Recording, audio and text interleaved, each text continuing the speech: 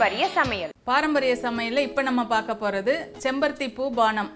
செம்பருத்தி பூ பானம் செய்வதற்கு தேவையான பொருட்கள்: செம்பருத்தி பூ, தேன், எலுமிச்சம்பழம், இஞ்சி, சப்ஜா விதை. இப்போ செம்பருத்தி பூ பானம் எப்படி செய்யுதுன்னு பார்க்கலாம். இந்த செம்பருத்தி பூ வந்து அவ்வளோ நன்மைகள் இருக்குது நம்மளுக்கு.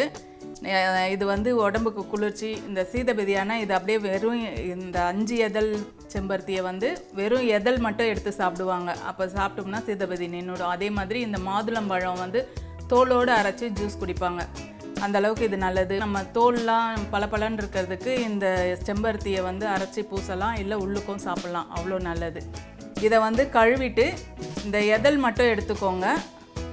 இந்த நடுவில் இருக்கிற மகரந்தத்தை எடுத்து வச்சுருங்க. இதை வந்து தண்ணியில் போட்டு கொதிக்க வைக்க போகிறோம்.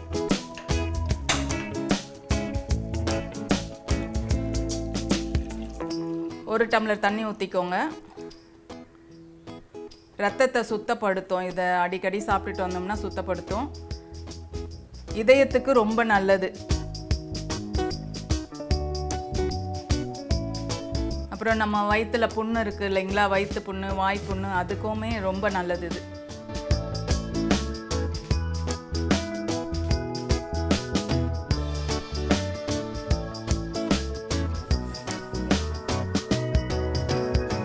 இந்த தண்ணி நல்லா கொதித்து அதோட கலர்லாம் மாறணும். அதாவது அந்த சகப்பு கலர் இருக்குது இல்லைங்களா, அது கொதித்து அப்படியே தண்ணியோட இறங்கி இந்த பூவெல்லாம் வந்து வெள்ளையாகணும். அது வரைக்கும் கொதிக்க வைங்க. அது கூடவே இஞ்சி தட்டி வச்சுக்கோங்க. இஞ்சியும் சேர்த்துக்கலாம். இஞ்சி செரிமானத்துக்கு நல்லது.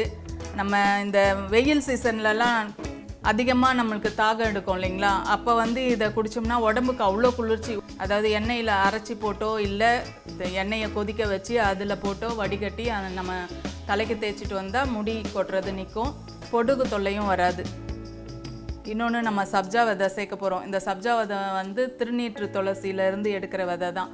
அந்த விதை வந்து உடம்புக்கு அவ்வளோ குளிர்ச்சி. இந்த மூலம் பிரச்சனை, அந்த மாதிரி உடம்பு சூடானது இவங்களுக்கெல்லாம் வந்து இது அடிக்கடி ஜூஸ்லேயோ இல்லை பால்லையோ அந்த மாதிரி இல்லை ஊற வச்சு வெறும் வயிற்றுல நம்ம சாப்பிட்லாம். இப்போ இந்த மாதிரி இறங்கிருச்சு இல்லைங்களா, இப்போ ஸ்டவ் ஆஃப் பண்ணிடுங்க. ஆஃப் பண்ணிட்டு கொஞ்சம் ஆற விட்டுட்டு நம்ம வடிகட்டிட்டு அதுக்கப்புறம் கொஞ்சம் லெமன் ஜூஸு இந்த சப்ஜாவதியை சேர்த்து கலக்கி குடித்தோம்னா அவ்வளோ அற்புதமாக இருக்கும். டேஸ்ட்டும் நல்லாயிருக்கும். இன்னொன்று நம்ம உடம்புக்கும் நல்லது. இது கொஞ்சம் ஆறின பிறகு நம்ம வடிகட்டிடலாம்.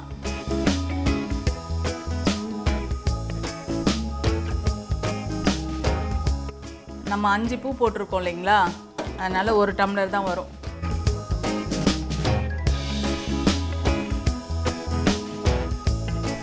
இந்த மாதிரி வடிகட்டிட்டு கொஞ்சம் லெமன் ஜூஸ் சேர்த்துக்கோங்க. அது கூட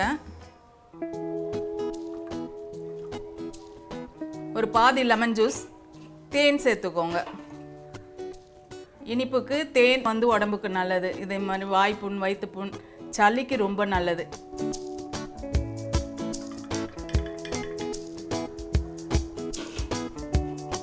அது கூட சப்ஜா விதை.